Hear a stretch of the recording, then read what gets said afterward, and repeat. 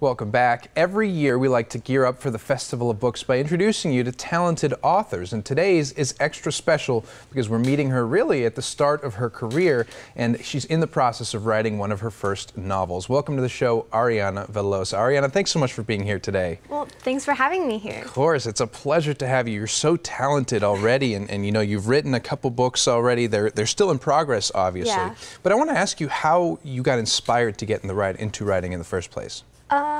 I would have to say it probably started with NaNoWriMo for National Novel Writing Month.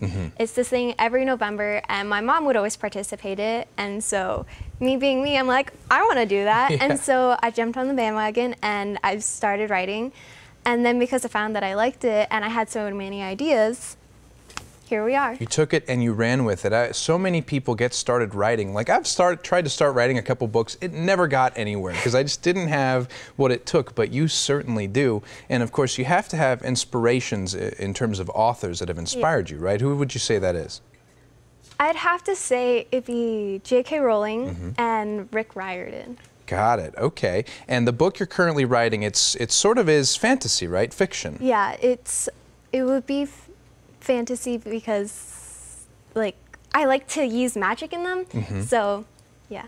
So what's the title of your book? This would be The Light in the Forest, except I'm not sure if I'm going to stick with it. Yeah. But it's early in the process. It's a working title. So tell us a little bit about the story behind it. So this girl named Bella, she is an orphan and was abandoned in the forest, and when the other main character, Derek, he comes into the forest sent on a death quest by the evil tyrant, Luna. She gets drawn back into human society, and along with other people who want to take down the tyranny of Luna, she overthrows them, and she realizes through that process that she is the lost heir to the kingdom and takes her place back on the throne. Wow. Well, already it sounds like it could be made into a movie, and it could be really this long, wonderful book. And you said it was set near the 1600s or thereabout. Yeah. You had a very good answer to why you chose to do it so far behind in history. Why is that?